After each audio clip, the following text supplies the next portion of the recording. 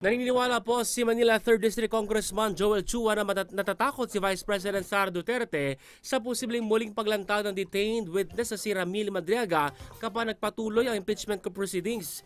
Ginawa po ni Chua ang pahayag matapos utulan ni VP Sara Duterte ang mosyon na ilipat sa kustudiya ng House Committee on Justice si Madriaga.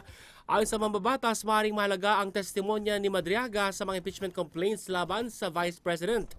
Binigyan din po ni Chua na ang proseso ng impeachment na sa Kamara ay para lamang matukoy kung may probable cause at hindi pa ang pagpapasya kung sino ang may kasalanan na trabaho ng Senado sa aktual na paglilitis.